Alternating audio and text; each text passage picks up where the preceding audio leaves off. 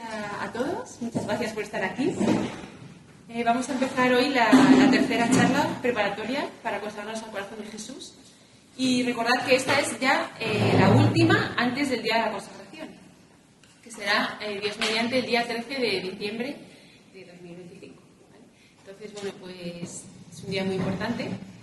Y seguimos preparándonos. Hoy tenemos con nosotros a la hermana María Micaela, de la congregación Mater Dei. No sé si lo conocéis, de Cienpozuelos.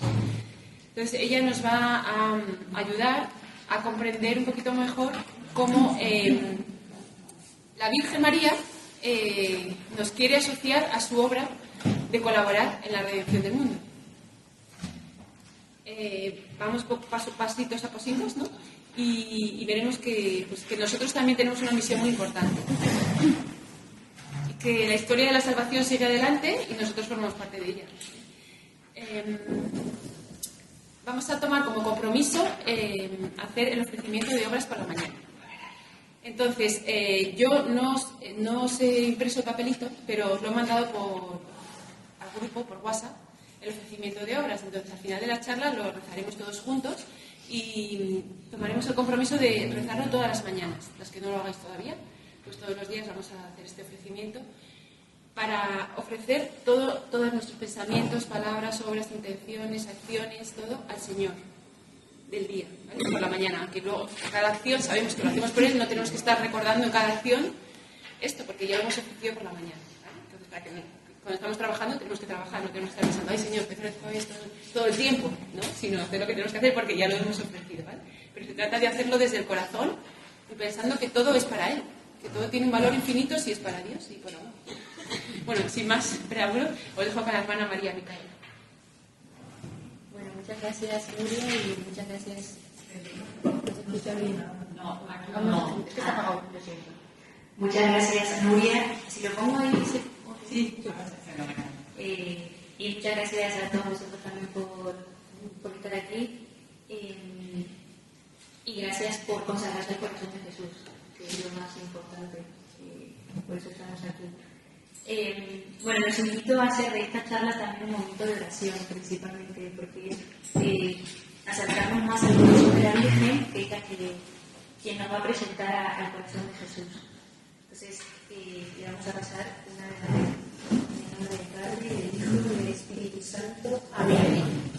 Dios te salve María, llena eres de gracia, el Señor es contigo. Bendita tú eres entre todas las mujeres, y bendito es el fruto de tu vientre, Jesús. Santa María, Madre de Dios, ruega por nosotros pecadores, ahora y en la hora de nuestra muerte. Amén.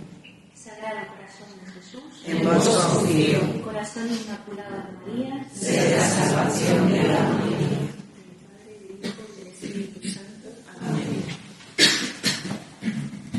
Bueno, vamos a intentar a desarrollar un poco el tema que nos dijo Nuria, ¿no? María nos quiere asociar a su obra para colaborar en la redención. Podemos dividir esta charla en tres partes y desarrollar como tres verdades, ¿no?, de nuestra fe. La primera es que nosotros podemos colaborar en la redención. Eso es una verdad que la Iglesia nos ha enseñado, y ahora lo vamos a ver en el Catecismo de la Iglesia Católica. Lo segundo es que María Santísima es la capitana, podríamos decir, en cuanto que es la primera redimida y la que estuvo más unida a Cristo en la obra de la redención. Eso es lo segundo. Primero, la verdad de poder colaborar. Segundo, que la Virgen ha sido la primera redimida y la más unida a Cristo en la obra de la redención. Y la tercera parte, María como madre, María es nuestra madre, nos guía, nos enseña y nos asocia a esta obra. Y vamos a ver cómo hace eso la Virgen con nosotros.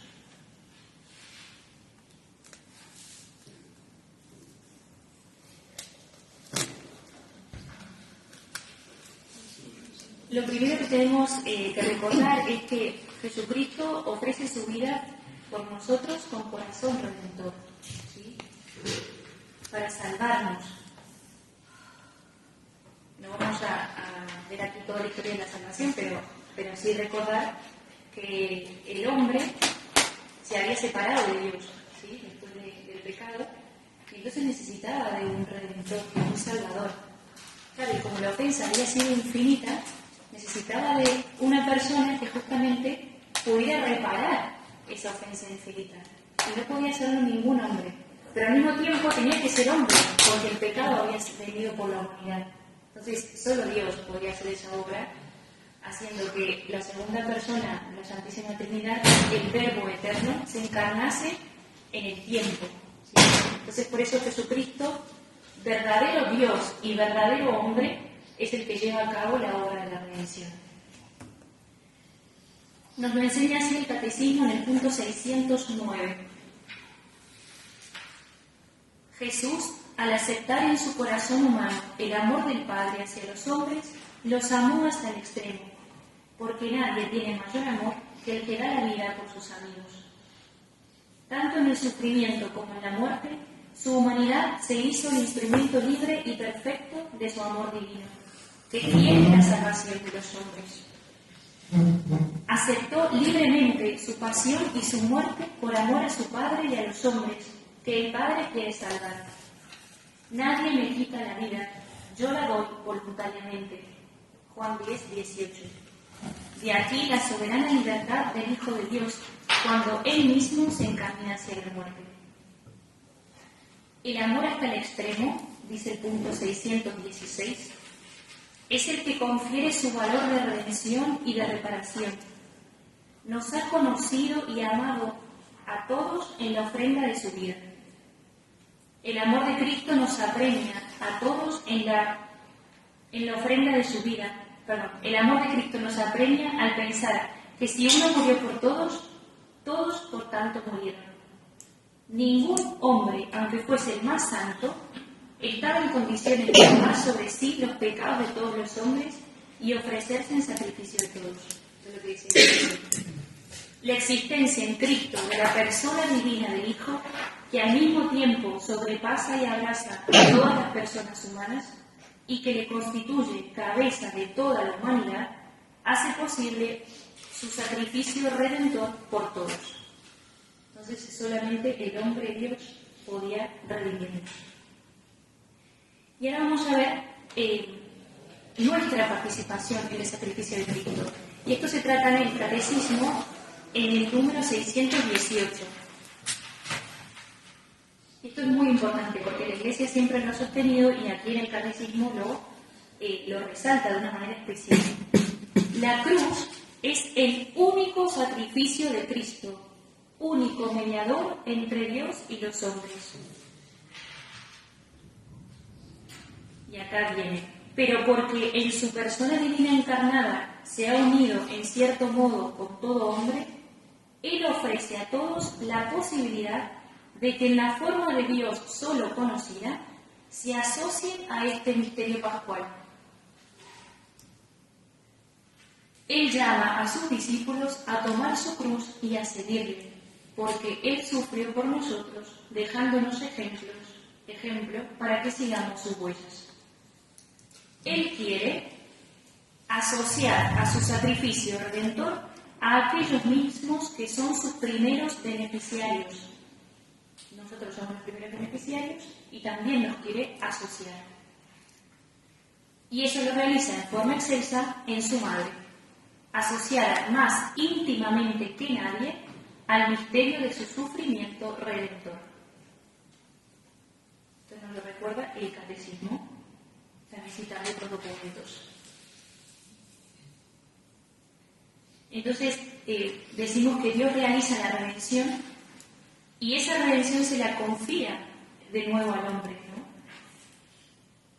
La sangre de Cristo la pone en la mano de los hombres para que la lleven adelante, ¿sí? Para que lleven adelante la redención, para que prediquen a Cristo, para que ofrezcan a Cristo, para que administren los sacramentos.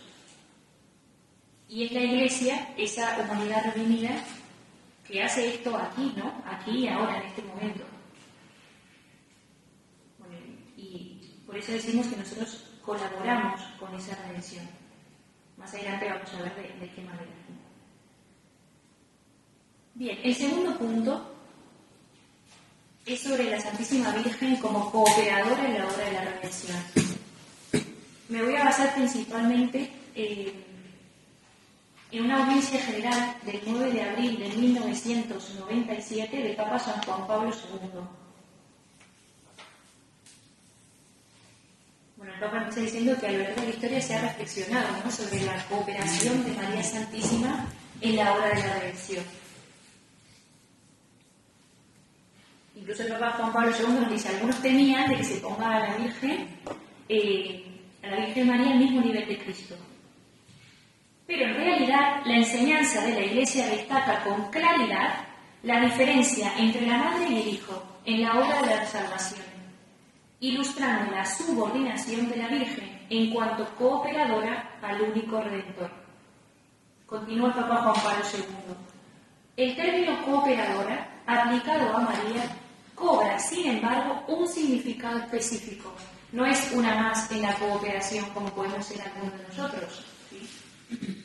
Dice el Papa que cobra un significado específico. ¿Por qué? El Papa dice: la cooperación de los cristianos en la salvación se realiza después del acontecimiento del Calvario, cuyos frutos se comprometen a difundir mediante la oración y el sacrificio. Por el contrario, la participación de María se realizó durante el acontecimiento mismo y en calidad de madre. Por tanto, se extiende la totalidad de la obra salvífica de Cristo. Solamente ella fue asociada de este modo al sacrificio redentor, que mereció la salvación de todos los hombres. En unión con Cristo y subordinada a Él, cooperó para obtener la gracia de la salvación a toda la humanidad. Este párrafo es bellísimo, que es el punto 2 de esta audiencia general del 9 de abril de 1997. Continúa el Papa. El particular papel de cooperadora que desempeñó la Virgen tiene como fundamento su maternidad divina, engendrando a aquel que estaba destinado a realizar la redención del hombre, alimentándolo, presentándolo en el templo y sufriendo con él mientras moría en la cruz, cooperó de manera totalmente singular en la obra del Salvador. Lumen Gentium 61, que también es un documento del Concilio Vaticano II. Lo cita aquí el Papa Juan Pablo II. Aunque la llamada de Dios a cooperar en la obra de la salvación se dirige a todo ser humano, lo que veíamos recién en los puntos también del Catecismo, continúa Juan Pablo II, la participación de la Madre del Salvador en la redención de la humanidad representa un hecho único e irrepetible. Solo hay una Madre de Dios, solo ella estuvo al pie de la cruz, y por eso decimos que está asociada de manera especialísima a la obra de la redención. Y el Papa también dice: a pesar de la singularidad de esa comisión, María es también destinataria de la salvación, ¿sí? Ella participa, pero recibe la salvación, ¿sí? Por eso decimos que es inmaculada, no porque preservada del pecado original en visión, o sea, a los méritos de Cristo, ¿sí? Eso dice el dogma de la Inmaculada Concepción, no por mérito propio, sino porque atendiendo a los méritos de Cristo, Dios la preserva del pecado, ¿sí? Bueno, es un dogma bellísimo que aquí en España se destacó muchísimo por este dogma, ¿no? Por la lucha de este dogma, así que les animo a seguir informándose y conocer un poco la historia que es bellísima, ¿no? La historia del dogma de la Inmaculada. Bueno, entonces el Papa dice: es la primera redimida, rescatada por Cristo del modo más sublime, en su concepción inmaculada, y llena de la gracia del Espíritu Santo. Y continúa el Papa Juan Pablo II. Esta afirmación nos lleva ahora a preguntarnos: ¿Cuál es el significado de esta singular cooperación de María en el plan de la salvación? Hay que buscarlo en una intención particular de Dios con respecto a la Madre del Redentor, a quien Jesús llama con el título de mujer, en dos ocasiones solemnes, a saber, en Cana y al pie de la cruz. María está asociada a la obra salvífica en cuanto mujer. Y esto es muy importante, porque el Señor que creó al hombre, varón y mujer, también en la redención quiso poner al lado del nuevo Adán a la nueva Eva. La pareja de los primeros padres emprendió el camino del pecado. Una nueva pareja, el Hijo de Dios, con la colaboración de su madre, devolvería al género humano su dignidad originaria. María, nueva Eva, se convierte así en ícono perfecto de la Iglesia.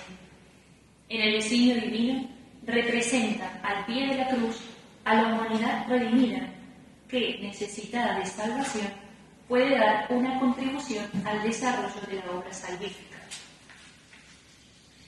Y acá vamos a hacer un pequeño comentario con esto que nos dice el Papa sobre María, la nueva Eva. Es muy bonito pensar en esta antítesis, que, como se dice, entre Eva y María, ¿sí? Como sus contrarios, que nos ayuda a ver también cuán excelsa es la Virgen, ¿no? En primer lugar, podemos decir que Eva es la primera en el tiempo entre las mujeres. María es la primera en orden de dignidad, y lo dice Santa Isabel: bendita tú entre las mujeres. Eva es la admiración de Adán. Cuando Adán ve a Eva, resalta su excelencia. María es la toda hermosa, es la inmaculada. ¿Por qué? En cuanto su alma es más perfecta en todos los bienes divinos. También Eva recibe su excelencia de Adán, nace de su costado. María recibe su excelencia del nuevo Adán, Cristo. Eva es la compañera de Adán. María es compañera y ayuda adecuada también a la misión de Cristo.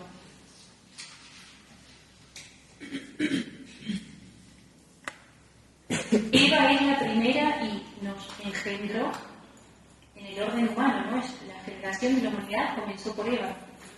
María ayuda para la regeneración sobrenatural y la vocación sobrenatural, que es lo que vamos a ver en el tercer punto. Podríamos seguir, ¿no? Pero vamos a hacer una última comparación. Eva dialoga con un ángel y trata con el fruto de muerte. La Virgen dialoga con un ángel, pronuncia el fiat y se encarna en ella el fruto de la vida. Por eso decimos que la Virgen es la nueva Eva, ¿sí? Porque va a reparar y a restaurar lo que Eva había perdido. Continúa el Papa, el punto número 4. La Virgen María colaboró y colabora en la obra de la salvación. Refiriéndose al misterio de la Anunciación, el Concilio declara que la Virgen de Nazaret, abrazando la voluntad salvadora de Dios, se entregó totalmente a sí misma, como esclava del Señor, a la persona y a la obra de su Hijo. Con Él y en dependencia de Él, se puso por la gracia de Dios Todopoderoso al servicio del misterio de la redención. Entonces, bueno, hemos visto cómo es una verdad que nosotros podemos colaborar, cooperar con la redención. Vemos que de una manera eminente y singularísima esta cooperación la ha llevado a cabo la Santísima Virgen, la realizó y la sigue realizando ahora, porque sigue intercediendo por nosotros. Y la tercera parte es que justamente ella es la que nos ayuda a colaborar en la obra de la redención.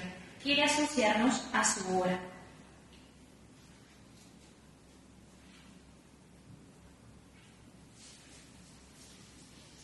La Virgen nos asocia a la obra de la redención formando en nosotros, quiere formar en nosotros el corazón de Jesús. la Virgen, esposa del Espíritu Santo, hace en nosotros, nos ayuda y nos guía en nuestra obra de santificación.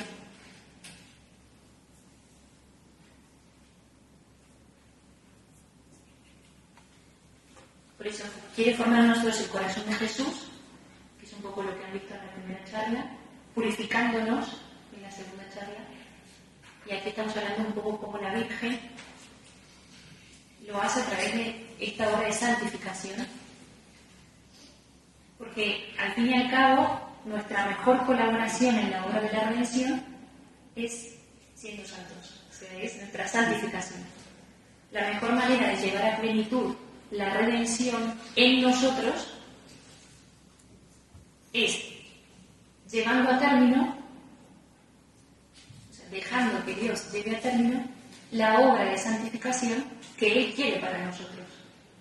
Esa es la mejor forma de colaborar con la redención, siendo lo que Dios quiere que seamos, cada uno en su vocación particular.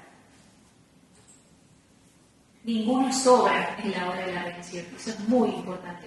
Ninguno sobra.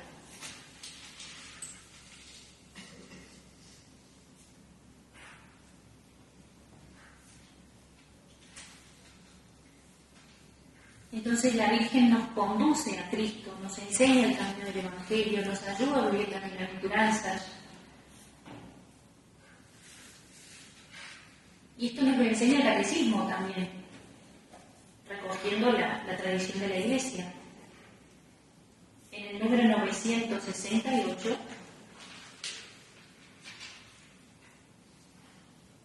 dice: ella es nuestra madre en el orden de la gracia. Esto es importantísimo.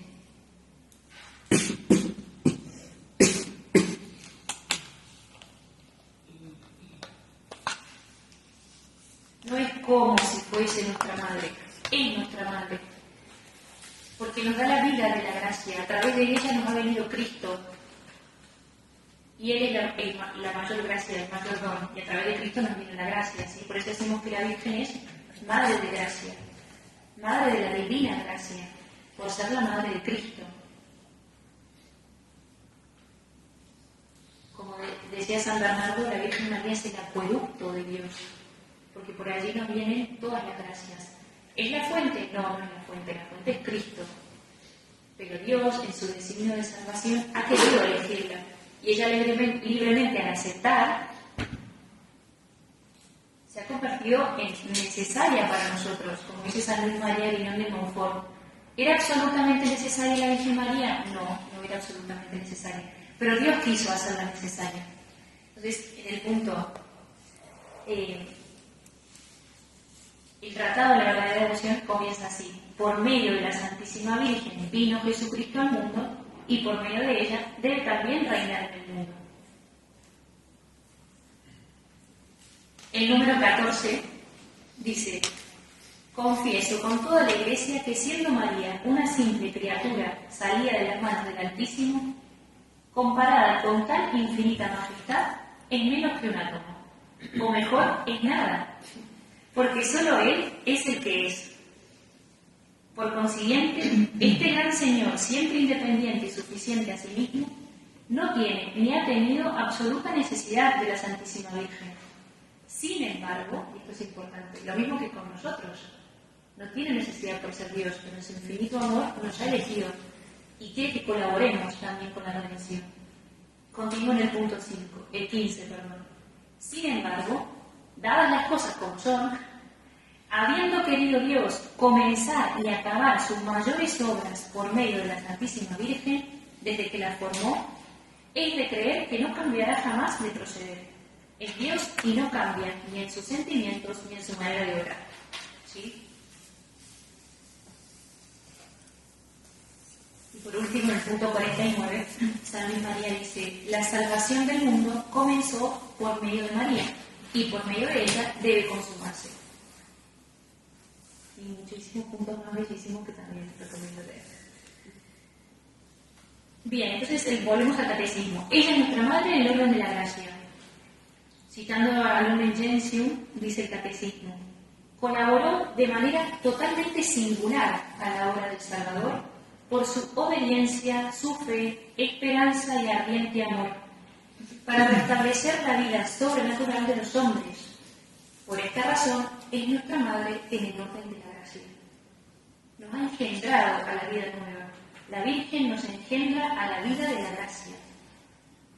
Así como engendró a Cristo físicamente, nos engendra a nosotros espiritualmente. Continúa el catecismo.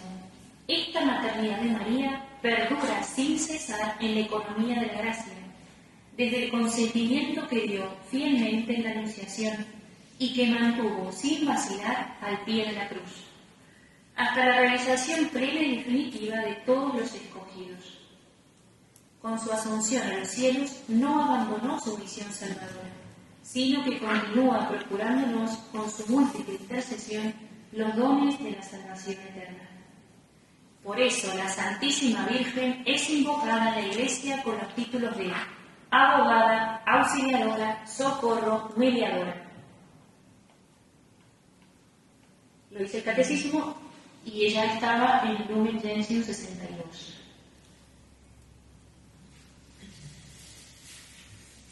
Un último punto del Catecismo, 970, dice: la misión maternal de María para con los hombres de ninguna manera disminuye o hace sombra a la única mediación de Cristo.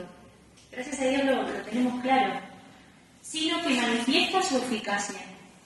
En efecto, todo el influjo de la Santísima Virgen en la salvación de los hombres brota de la sobreabundancia de los méritos de Cristo, se apoya en su mediación, depende totalmente de ella y de ella saca toda su eficacia. ¿Sí? Y aquí de nuevo está en el Tratado de la Verdadera Devoción, San Luis María cita mucho a San Agustín. Y entonces San Agustín dice que para conformarnos a la imagen del Hijo de Dios, estamos ocultos, mientras vivimos en este mundo, en el seno de la Santísima Virgen, donde esta Madre nos protege, nos alimenta y nos mantiene y nos hace crecer hasta que nos da luz a la vida eterna. O sea, como que nuestra vida es un estar en el seno de María hasta nuestro verdadero nacimiento, que va a ser el cielo.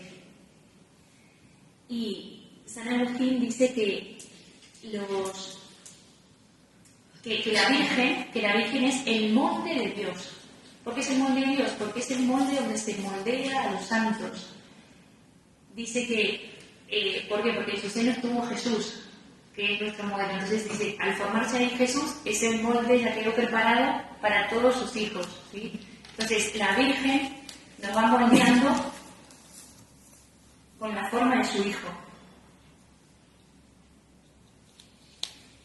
Y acá pone una comparación, San Luis María, dice en el número 218, María es un lugar santo, es el santo de los santos, en donde son formados y moldeados los santos. Escucha bien lo que digo, los santos son moldeados en María. Existe una gran diferencia entre hacer una figura de bulto a golpes de martillo y cincel y sacar una estatua vaciándola en un molde. Los escultores y estatuarios trabajan mucho del primer modo para hacer una estatua y gastan en ello mucho tiempo, con martillo y cincel.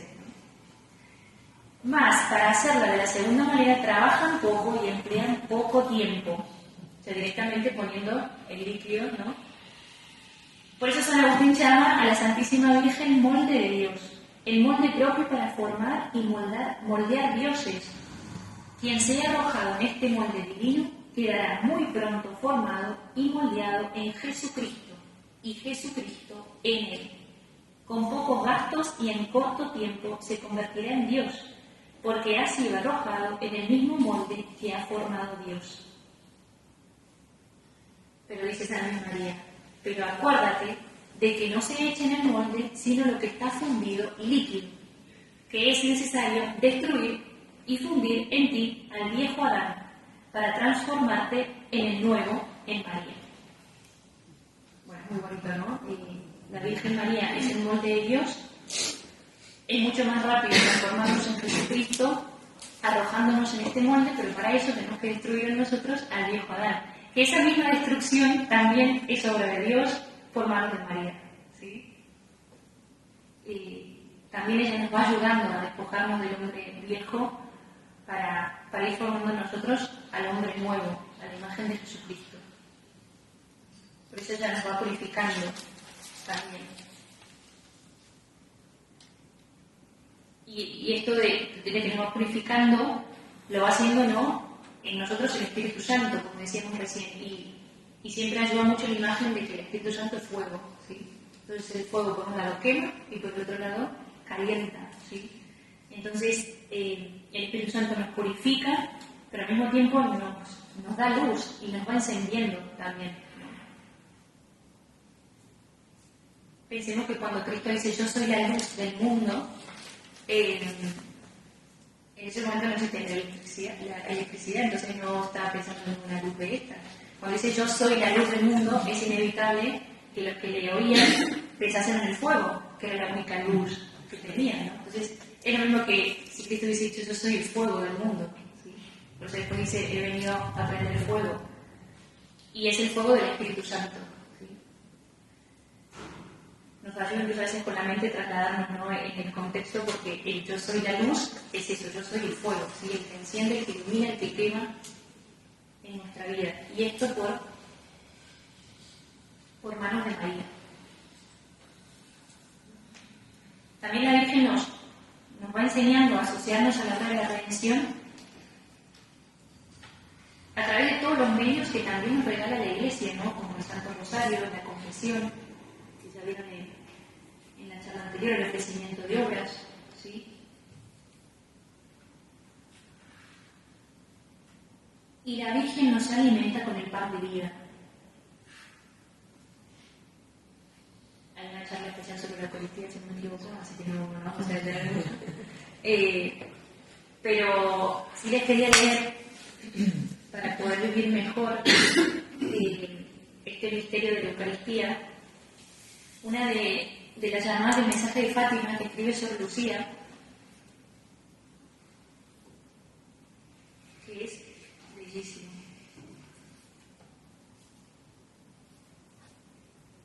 Dice, la obra de nuestra redención comenzó en el momento en el que el Verbo descendió del cielo para tomar un cuerpo humano en el seno de María.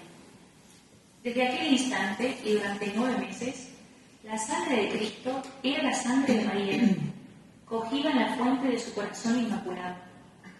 Las palpitaciones del corazón de Cristo golpeaban al unísono con las palpitaciones del corazón de María.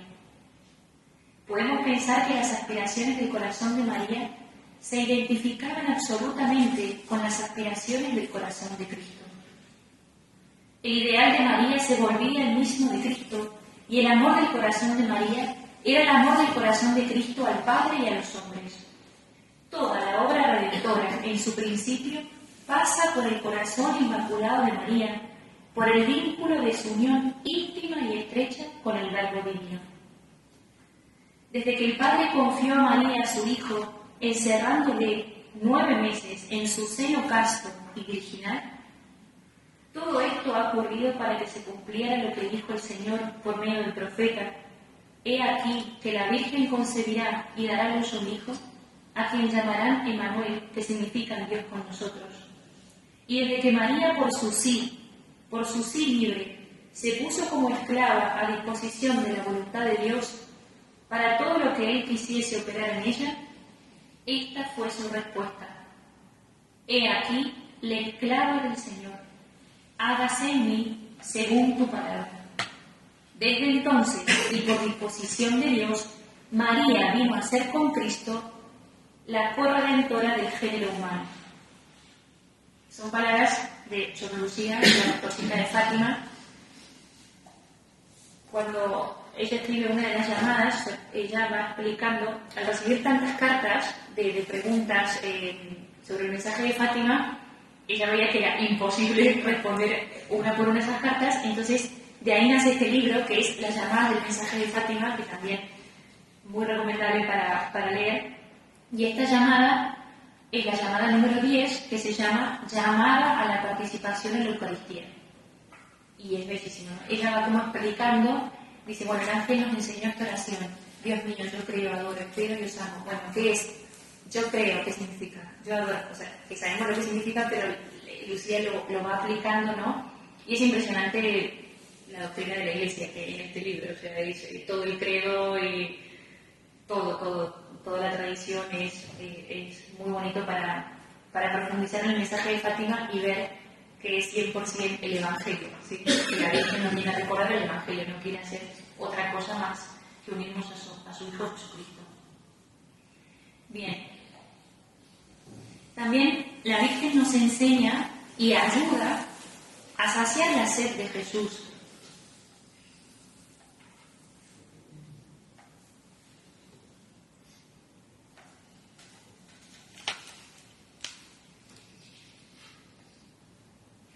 Cuando Cristo en la cruz dice, tengo sed, sí, podría haber sido, por supuesto, también una sed física, ¿no? Porque llevaba muchísimas horas sin beber agua y claramente la sed física se notaba. Pero bueno, como bien sabemos, esta sed es una sed de almas, ¿sí? Una sed de ser amado y de amar hasta el extremo. El corazón de Jesús arde en ansias redentoras, como decimos en el ofrecimiento de obras. Es muy bonito una comparación que pone el Papa Francisco citando a San Juan de la Cruz en la encíclica Dilex Signos, en el punto 69.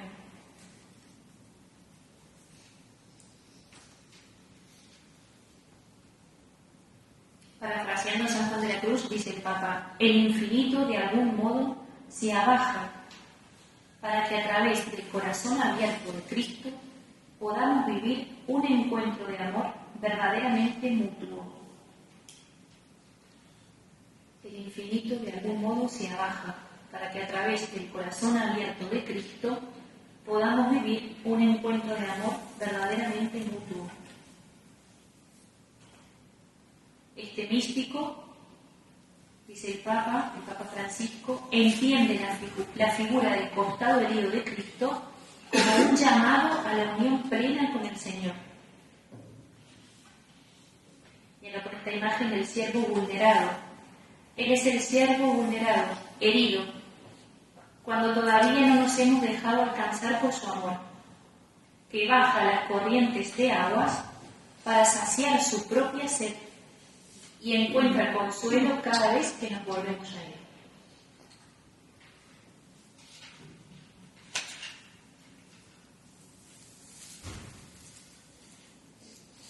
Y luego el Papa en el punto, también en la encíclica Dilex Signos, en el punto 101, dice que el corazón traspasado de Cristo no es un amor que simplemente se declara, sino que su costado abierto es manantial de vida para los amados. Es aquella fuente que sacia la sed de su pueblo.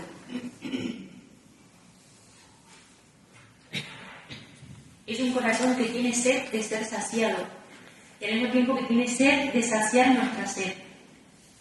Así se lo decía a Santa Margarita María, también una cita del Papa Francisco en esta encíclica, en el punto 162. Dice, a partir de la segunda gran manifestación a Santa Margarita, Jesús expresa el dolor, porque su gran amor a los hombres no recibe a cambio por procurar su bien, sino frialdad y repulsas, ingratitudes y desprecios. Punto 166. Jesús habla de su sed de ser amado. Nos muestra que no es indiferente a su corazón la reacción que nosotros tengamos ante su deseo. Tengo sed, dice Santa Margarita María, pero una sed tan ardiente de ser amado de los hombres en el Santísimo Sacramento, que esta sed me consume, y no hallo nadie que se esfuerce, según mi deseo, en apagármela, correspondiendo de alguna manera a mi amor.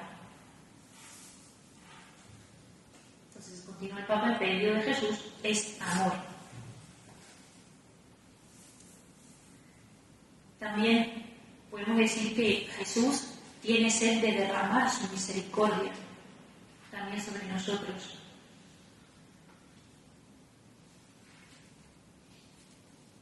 Jesucristo le prometió a Santa Margarita María que los pecadores hallarían la fuente y el océano infinito de la misericordia en su corazón.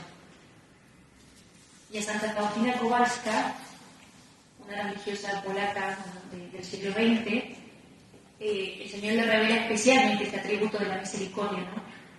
Muchas veces se quieren contraponer o se empiezan a hacer competiciones. ¿Qué es mejor? Si el corazón de Jesús es la misericordia. Bueno, es aquí que la misericordia del corazón de Jesús no son simplemente devociones, sino que son rasgos de la misma devoción, del mismo amor a Jesucristo, ¿sí? Porque la devoción del corazón de Jesús no es opcional para el cristiano, sino que es el centro, es la síntesis de la espiritualidad católica, ¿no? Como han dicho muchos papas. Pues no es que mi devoción al corazón de Jesús es una devoción más como cualquiera de nosotros puede tener hacia un santo, sino que es mirar el amor infinito del Padre que se manifiesta en el corazón de Jesús. Entonces, lo mismo esto, cuando el Señor revela al mundo, a la humanidad, la necesidad de volver a su misericordia y de que Él tiene sed de derramarla, es la misma persona de Jesucristo, ¿sí? Que se manifiesta con su corazón abierto. Aquí que los rayos brotan de su costado abierto, el agua y la sangre, ¿sí? Signo de los sacramentos, y a través de estos sacramentos se derrama sobre nosotros su misericordia. Entonces, de ninguna manera hay contraposición, sino al contrario, viene a completar esta revelación de su corazón, ¿no? Entonces, a Santa Faustina, el Señor le dice: de todas mis llagas, como de arroyos, fluye la misericordia para las almas. Pero la herida de mi corazón es la fuente de la misericordia sin límites. De esta fuente brotan todas las gracias para las almas. Me queman las llamas de compasión, deseo derramarlas sobre las almas de los hombres. Habla el mundo entero de mi misericordia. Por eso también decimos que la Virgen es madre de la misericordia, porque es la madre de Cristo y a través de ella, a través de sus manos inmaculadas, nos llega también la misericordia del Hijo, ¿sí? También es importante, para asociarnos a la hora de la redención, la Virgen nos enseña a sufrir. La Virgen nos enseña a unir nuestros sufrimientos a los de Cristo.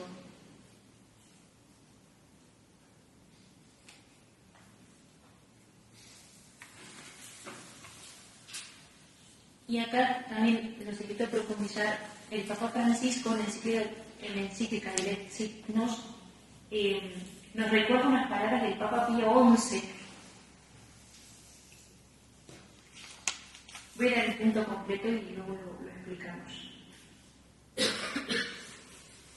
El Papa Pío XI intentó fundamentarlo, esto de cómo podemos asociarnos a los sufrimientos de Cristo y cómo podemos consolarle principalmente.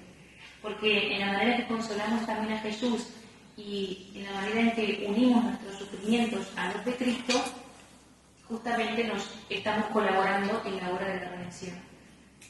Entonces dice el Papa Pío XI, el Papa Pío XI intentó fundamentarlo invitándonos a reconocer que el misterio de la redención por la pasión de Cristo salta por la gracia de Dios todas las distancias del tiempo y del espacio. Esto responde a la pregunta de cómo consolamos a Cristo ahora si Cristo está en el cielo glorioso y no sufre ahora, ¿sí? Entonces decimos, bueno, si no importa lo que haga, total, a Cristo no le importa. Sí que le importa, y ahora lo explica el Papá por qué. Todas las distancias del tiempo y del espacio, de modo que si Él en la cruz se entregaba también por los pecados futuros, los nuestros, de la misma manera nuestros actos ofrecidos hoy para su consuelo, traspasando los tiempos, llegaron a su corazón herido. Que si a causa también de nuestros pecados futuros, pero previstos, el alma de Cristo estuvo triste hasta la muerte, sin duda, algún consuelo recibiría de nuestra reparación también futura, pero prevista cuando el ángel del cielo se le apareció para consolar su corazón oprimido de tristeza y angustias.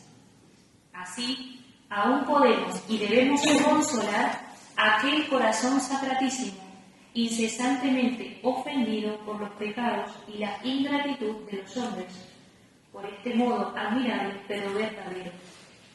Bueno, no voy a tener tantísimo en la consolación y reparación porque también hay una charla con respecto a eso, pero simplemente que la Virgen nos ayuda y nos enseña a consolar el corazón de Jesús. Pero principalmente nos enseña como modelo y ahora como madre a unir nuestros sufrimientos a los sufrimientos de Cristo. De esta manera, a través de nuestros sufrimientos aceptados y ofrecidos, se completa en nosotros la obra de la redención.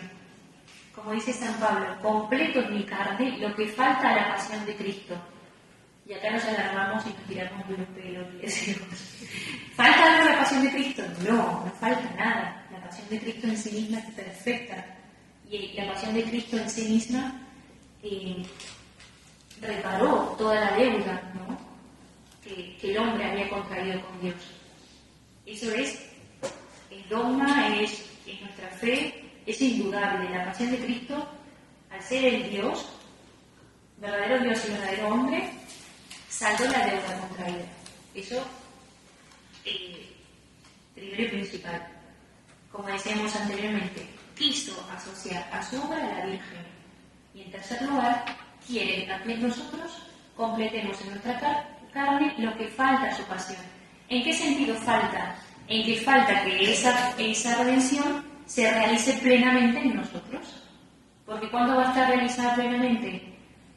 Con nuestra santificación, como decíamos, cuando nosotros seamos santos. Plenamente después de nuestra muerte, plenísimamente en la resurrección. ¿Sí? En la resurrección final, cuando nuestro cuerpo se vuelve a unir con nuestra alma. ¿Sí? No después, ni siquiera después de la muerte. Después de la muerte, nuestra alma y nuestro cuerpo se separan. Pero después falta la resurrección final. Antes de la segunda venida, ¿no? Bueno, todas esas verdades de fe que son magníficas, las ponen también en el catecismo. Bueno, y ahora vamos terminando.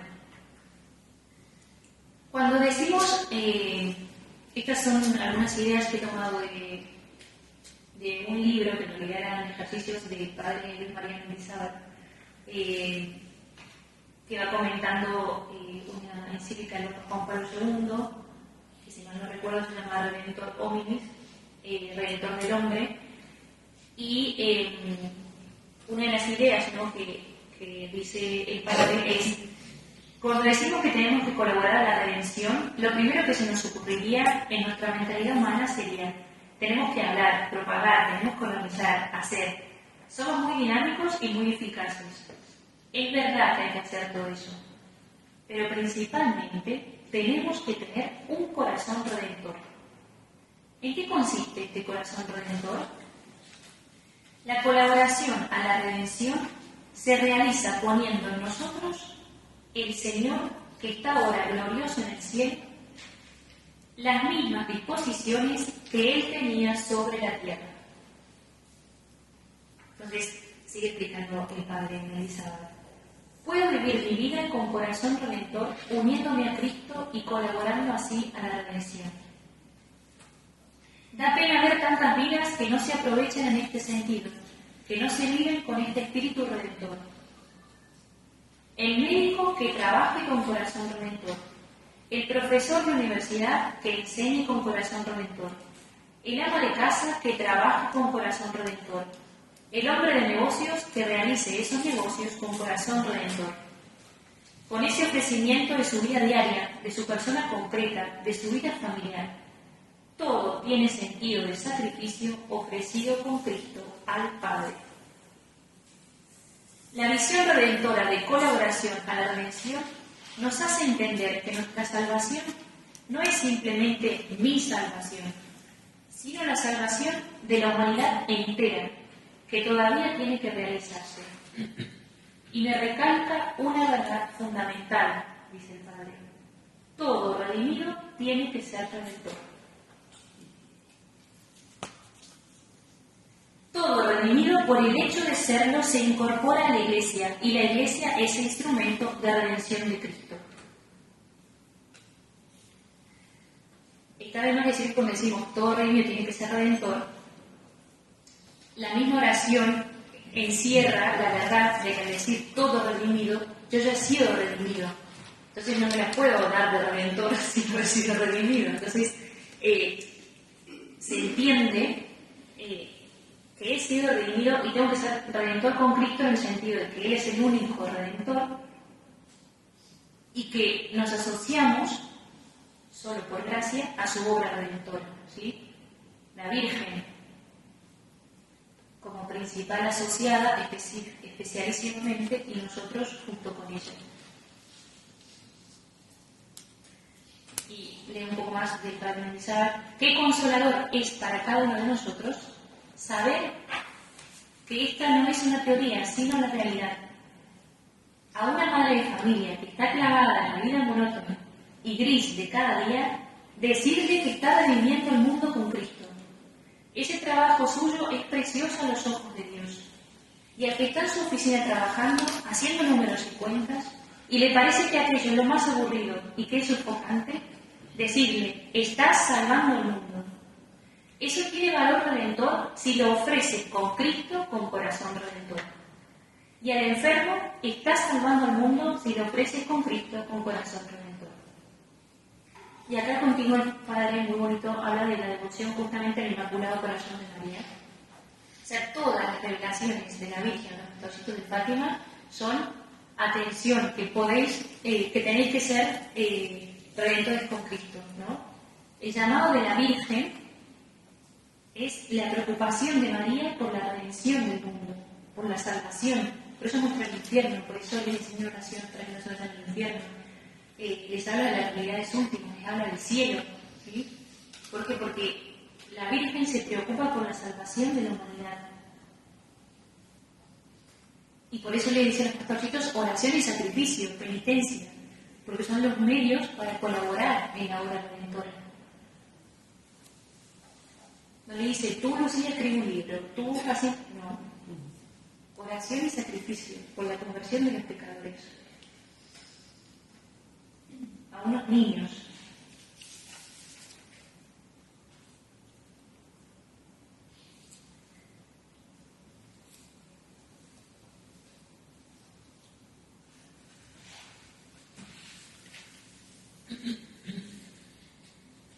Termino con un punto de la Vía Signos, número 201. Dice el Papa Francisco: las renuncias y sufrimientos que exijan estos actos de amor al prójimo nos unen a la pasión de Cristo, y padeciendo con Cristo en aquella crucifixión mística de que habla el apóstol, tantos más abundantes frutos de propiciación y de expiación para nosotros y para los demás percibiremos. Solo Cristo salva con su entrega en la cruz por nosotros. Solo Él redime, porque hay un solo Dios y un solo mediador entre Dios y los hombres, Jesucristo hombre, Él también, que se entregó a sí mismo para rescatar a todos. La reparación que ofrecemos es una participación que aceptamos libremente en su amor redentor y en su único sacrificio. Así completamos en nuestra carne lo que falta a los padecimientos de Cristo, para bien de su cuerpo que es la Iglesia. Y es el mismo Cristo quien prolonga a través de nosotros los efectos de su entrega total por amor. Incluso el Papa también, me olvidé de decirlo en el punto 176, habla también de la mediación de María, como intercesor y como madre. Y el Papa dice en este punto, la devoción al corazón de María no pretende debilitar la única adoración debida al corazón de Cristo, sino estimularla. La misión maternal de María para con los hombres no oscurece ni disminuye en modo alguno esta mediación única de Cristo. Antes bien, sirve para demostrar su poder. Bueno, entonces, en síntesis, veíamos eso, ¿no? Cómo la Virgen nos asocia a la obra de la redención, viviendo nuestra vida cristiana en su seno, ¿sí? En resumen, o sea, invocándola como auxilio, como abogada, como dañadera, sabiendo que así como ella engendró a Cristo en su seno, también nos va a engendrar a nosotros para ser otros Cristos, va a engendrar a nosotros en el corazón de Jesús.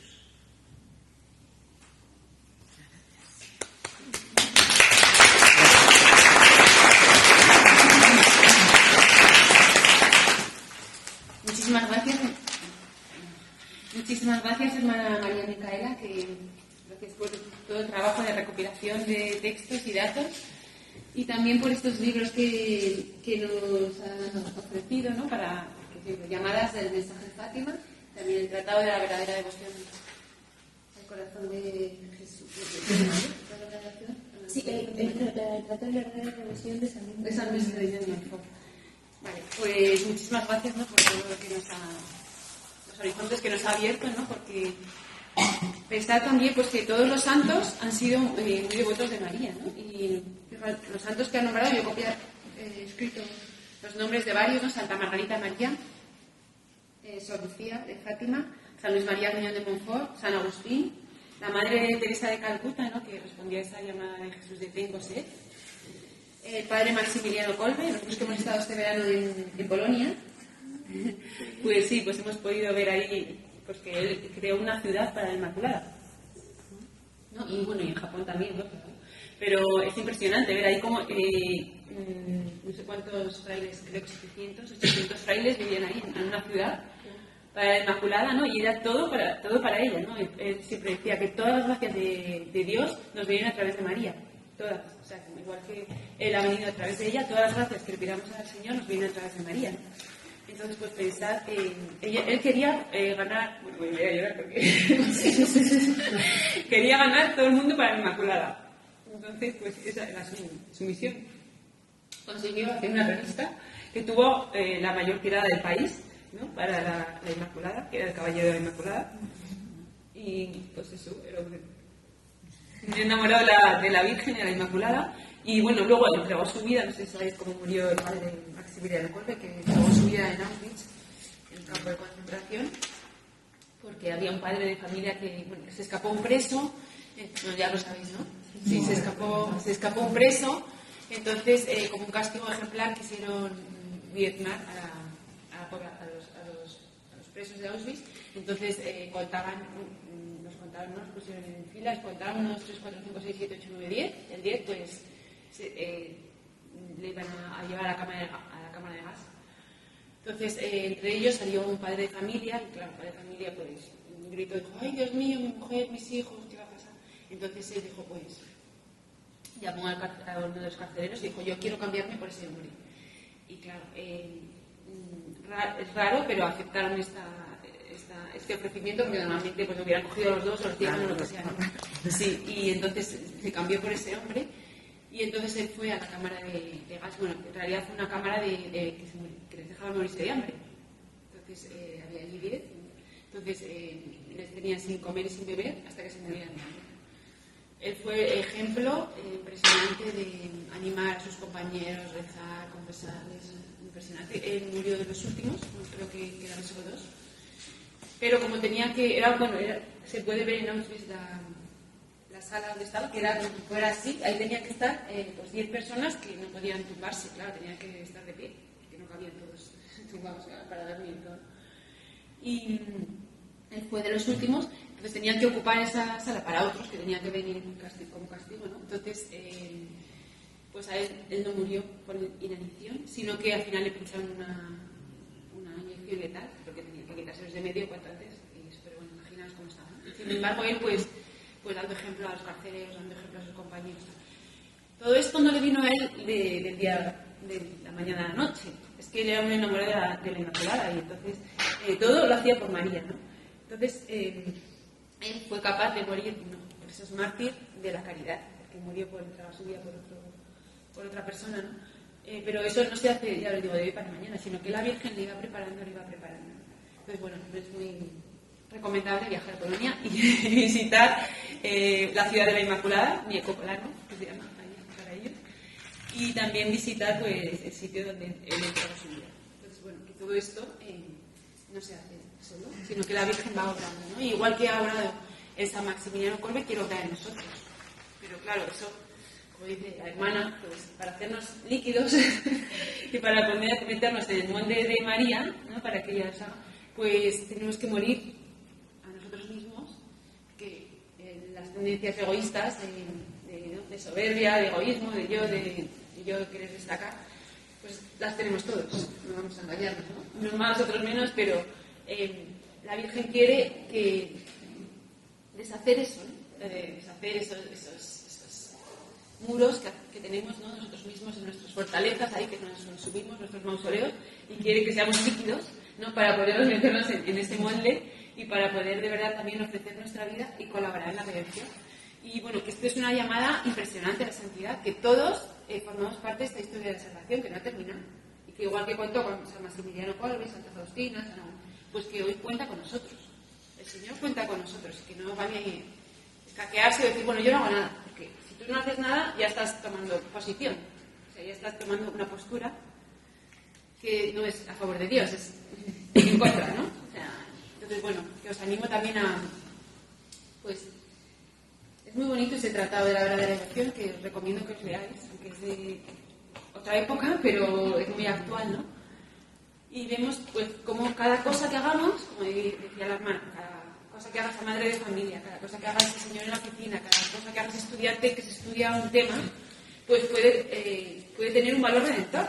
Y estamos asociándonos a esa obra de la redención y podemos estar salvando almas, la de nuestra familia, o la de los chinitos en China, o la de los japoneses en Japón, o la de quién sabe, ¿no? Que esto lo tenemos que ver todo con las gafas espirituales. Si no, de tierra para abajo, pues no vemos, ¿no? Que la gran realidad espiritual que existe, que es que aquí están los ángeles, están los santos, no los vemos, pero están, ¿no? Pues tenemos que vivir en esa confianza y en esa presencia. ¿Que voy yo solo a misa? Pues es que ahí hay miles de ángeles, miles de santos, sabes que tú formas parte de esa familia. La iglesia triunfante, pero también la iglesia militante, ¿no? Entonces que aprendamos a vivir en esa realidad espiritual, porque es la auténtica realidad. Esto de aquí se va a pasar y puede cambiar, ¿no? Pero la verdadera realidad es la realidad espiritual, la de que tenemos alma, que vamos a vivir eternamente y que podemos ser santos, ¿no? Que Dios quiere que seamos santos. Y para eso estamos aquí. Que si no estamos haciendo el tonto. Perdonadme. ¿Verdad? Si no somos santos, estamos haciendo el tonto. No sé, como dicen, ¿en qué os entretenéis? ¿En qué vanidades os entretenéis? En tonterías, ¿no? Pero todas las cosas del mundo pues se nos pegan, como si tuviéramos un corazón de chicle, ¿no? Se nos pega ahí. Y luego se nos pega ahí, ¿no? Entonces, continuamente la Virgen tiene que estar ahí tirando de nosotros para que miremos al cielo. Bueno, perdonad por pero bueno, animaros que todos somos muy importantes en la hora de la redención. Cada uno tiene su papel y que cada uno tiene que hacer lo que tiene que hacer, lo que Dios le pide, y que nadie lo puede hacer por él, nadie. O sea, si no lo hace, se queda sin hacer, ¿no? Entonces, qué pena también que el Señor, pues a veces le decimos, Señor, pero es que si no haces nada, pues te manda una cosa en vida, pero es que no la coges. Señor, pero que estoy aquí, no me veis, pero si te lo he mandado, pero no, porque te manda otra. Señor, el chiste ese, ¿no? El náufrago que está ahí, que le manda un helicóptero, le manda un avión, le manda no sé qué, le manda, y no quiere coger nada, y dice, pero esto aquí es que, a ver, te estoy poniendo. Tú ahí enredado en tus cosas, que no ves más que te digo. Bueno, vamos a pasar al turno de preguntas, porque si no me enredo, luego vamos a rezar también el ofrecimiento de obras que os he mandado al WhatsApp, ¿vale? Sí, para si queréis las lavadoras. Entonces esto, bueno, lo traeré clasificado el próximo día, ¿vale? Perdonadme. Y os he mandado un archivo que tiene tres modelos, por si lo queréis imprimir con las dos caras, pero va a salir como una hoja con tres modelos por las dos caras. La previsión, así lo dice el dogma, Papa Pío IX, en previsión a los méritos de Cristo, viendo, o sea, teniendo como el foco en la muerte redentora de Cristo, la Virgen es preservada. Y para esto hay un auto sacramental muy conocido, que es de Calderón de la Barca, del siglo de oro español, en el que él pone el ejemplo de un hombre que va caminando y hay un pozo entonces él pasa y viene otro y como ve el pozo lo tira, o sea, para que él no caiga. O sea, Entonces, ahí empieza, o sea, él está explicando en esta obra sacramental, que es una obra de teatro, está explicando teológicamente la misma explicación que se da para el dogma.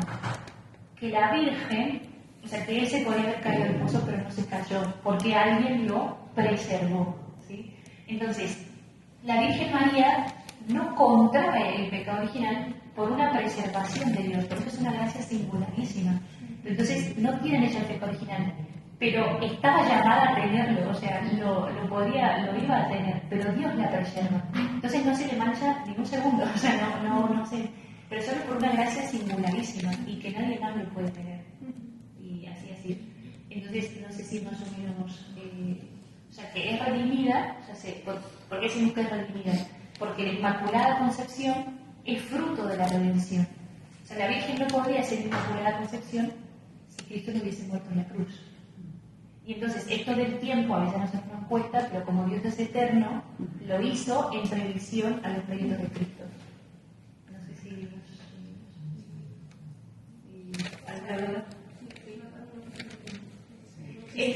Es simplemente eso, exactamente. O sea, lo hace en previsión. Lo mismo pasa con el tema de la reparación del corazón de Jesús. O sea, el corazón de Jesús ahora, hay que también distinguir un lenguaje teológico del lenguaje espiritual. O sea, a nosotros nos ayuda a decir que Cristo sufre ahora en el sentido de que es verdad que mis pecados afectan al corazón de Cristo. Pero tenemos que saber que en teología, o sea, en los libros de teología, no podemos decir que Cristo sufre ahora. Eso sería una herejía. ¿Por qué? Entiéndase, no es que está mal que digan Cristo sufre ahora, lo pueden decir. Incluso hay libros de la devoción del corazón que dice Cristo sufre hoy, ¿sí?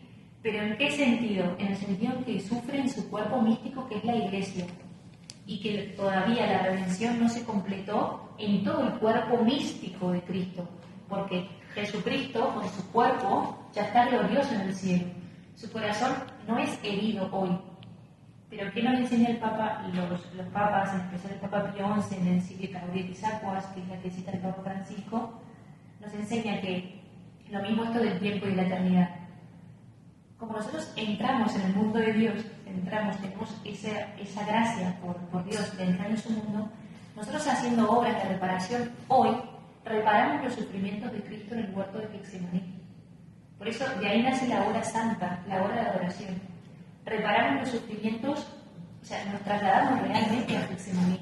Y no es como si nos trasladamos con la imaginación, no.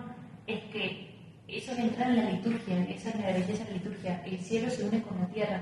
Entonces, nos trasladamos a Getsemaní y reparamos su corazón. Y cuando el ángel le consuela en visión a todas las personas que le van a consolar en un futuro también, ¿sí? Entonces, como que el tiempo ahí un poco se nos pierde, ¿no? Pero, y es toda una gracia. Lo mismo, la Santa Misa, no es... Bueno, es un recuerdo que los cristianos celebran. No, ningún recuerdo. Estamos en el Calvario al pie de la cruz con la Virgen. ¿Cuál es la única diferencia? Única y gran diferencia, que recibimos a Cristo glorioso.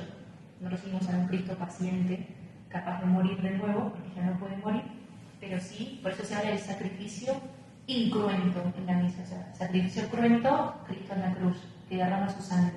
Incruento es el sacrificio de la Santa Misa. ¿Por qué? Porque ya Cristo no vuelve a morir en el sentido de perder su vida física, ¿sí? Sino que se entrega por nosotros con su cuerpo glorioso. No sé si más o menos. Sí. Clarísimo. ¿Yo? Bueno, ¿Cómo te llamas? sí, bueno, me llamo Esther y bueno, ha sido interesantísimo toda la conferencia que nos ha dado, muy elevada. Y bueno, en una de las partes al principio ha comentado, hermana, que María está asociada a la obra salvífica en cuanto mujer y que representa al pie de la cruz a la humanidad redimida. Y mi pregunta es, también al pie de la cruz estaba el discípulo amado y María Magdalena. ¿Ellos dos también representan a la humanidad redimida o solo la figura por ser mujer y madre de Cristo? No sé. Muy bien la pregunta. Esta pregunta, si la Virgen María al pie de la cruz representa a la humanidad redimida. si también María Magdalena y San Juan representan la humanidad redimida o solo la Virgen por ser madre y mujer. Es verdad que todos, esto es un principio en Mariología y esto es importantísimo, todos los privilegios de la Virgen María, de la Santísima Virgen, le vienen por su condición de Madre de Dios. O sea, por ser Madre de Dios se desprenden todos los privilegios. Por ser Madre de Dios es Inmaculada Concepción. Por ser Madre de Dios es Asunta a los cielos. Por ser Madre de Dios es preservada, se le concede el don de la virginidad perpetua, antes, durante y después del parto. O sea, todos los privilegios de la Santísima Virgen le vienen dados por ser Madre de Dios. La maternidad divina es el dogma principal que da luz y es principio y fundamento de los demás dogmas. Claro, se habla de una representación también, por ejemplo, del discípulo amado al pie de la cruz de toda la humanidad.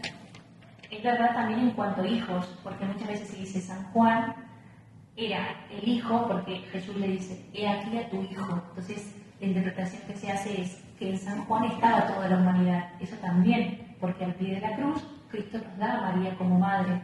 No le dice, Juan, ahí tienes a tu hijo. Le dice, hijo. Entonces, ¿por qué? Porque así como dice mujer, ahí tienes a tu hijo. Hijo, ahí tienes a tu madre. En ese hijo estamos todos. Eso es siempre interpretación. Por eso también nosotros recibimos a María al pie de la cruz. Y a partir de ahí se dice que la Virgen nos engendra, ¿sí?, al pie de la cruz. Porque al nacer la iglesia del costado abierto de Cristo, esa iglesia tiene una madre, y esa madre quiso salir, o sea, el Señor lo quiso dejar como testamento, ¿no? Fueron sus palabras: mujer, he ahí a tu hijo, hijo, he ahí a tu madre.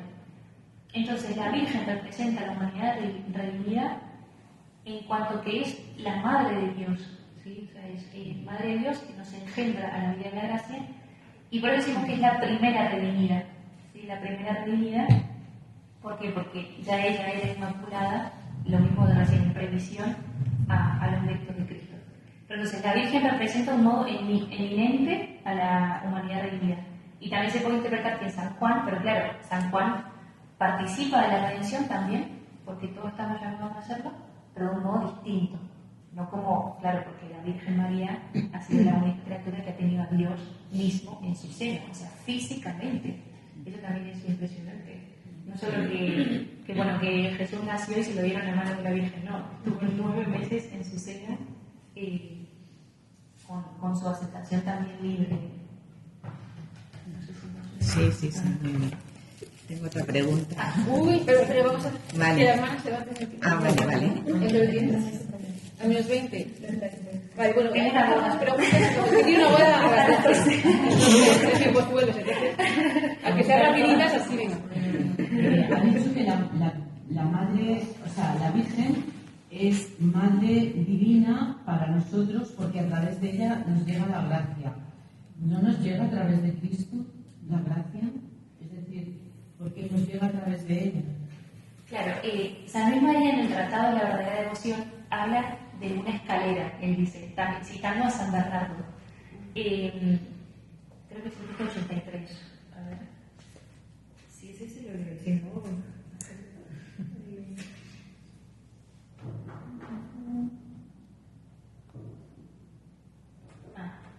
85. Dice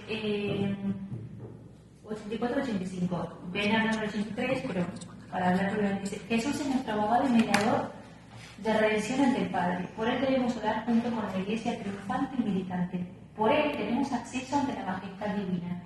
O sea, decimos que Jesucristo es mediador, es pontífice, puente, ¿no? Sacerdote. Y dice: ¿pero no necesitamos acaso un mediador ante el mismo mediador? ¿Bastará nuestra pureza para unirnos a él directamente y por nosotros mismos? ¿No es él acaso Dios, igual que todo a su Padre, y por consiguiente el santo de los santos, tan digno de respeto como su Padre? Es verdad que nos podemos acercar directamente a Jesús, está bien, pero muchos de los santos, y por eso también a la Virgen se le dice Madre de la Divina Gracia, porque es Madre de Cristo. Entonces, bueno, aquí dice: digamos abiertamente con San Bernardo que necesitamos un mediador ante el mediador, con mayúsculas, ante el mediador mismo, y que la excelsa María es la más capaz de cumplir este oficio caritativo. Por ella vino Jesucristo a nosotros y por ella debemos nosotros ir a Él. Y entonces ahí nos dice que es como una escalera, más adelante, bueno, dice que son acá. Dice, esta es la doctrina sacada de los escritos de San Bernardo y de San Buenaventura. Según ellos, para llegar a Dios tenemos que subir 3 escalones. En el punto 86. El primero, más cercano y adaptado a nuestras posibilidades, es María. El segundo es Jesucristo. Y el tercero es Dios Padre. Para llegar a Jesucristo hay que ir a María, nuestra mediadora de intercesión. Para llegar hasta el Padre hay que ir al Hijo, que es nuestro mediador de redención. Este es precisamente el orden que se observa en la forma de devoción de la que hablaré más adelante. Bueno, Jesucristo se usa como esta figura. Él es la fuente, hay un ícono precioso de la Virgen, donde sale la fuente, que es Cristo, y ella sale como en medio de la fuente. Es también esta aparición que también tiene mucha relación, la aparición de la medalla milagrosa, no sé si les suena, que sale la Virgen y de sus manos salen rayos. Entonces ella le pregunta a Catalina, la burguesa Catalina, le dice, ¿por qué hay de tus dedos, hay algunos dedos en los que no salen rayos? Y entonces la Virgen dice, porque son las gracias que no me piden. O sea, la Virgen es medianera de todas las gracias por medio de sus manos, pero ella no es la autora de la gracia. Y tampoco es la fuente. ¿Sí? Por eso esto hay que tenerlo muy bien, muy claro. No es la autora, no es la fuente, pero es esto del acueducto. ¿Sí? También es como un puente más pequeño entre nosotros y Cristo. ¿Sí? Pero sí, siempre nos ayuda nunca a hacer contraposición o dialéctica, sino que no se puede pensar a Jesucristo sin María. También lo dice San Luis María en un momento. Es Jesús de María y María de Jesús. O sea, no se puede separar. Pero bueno, más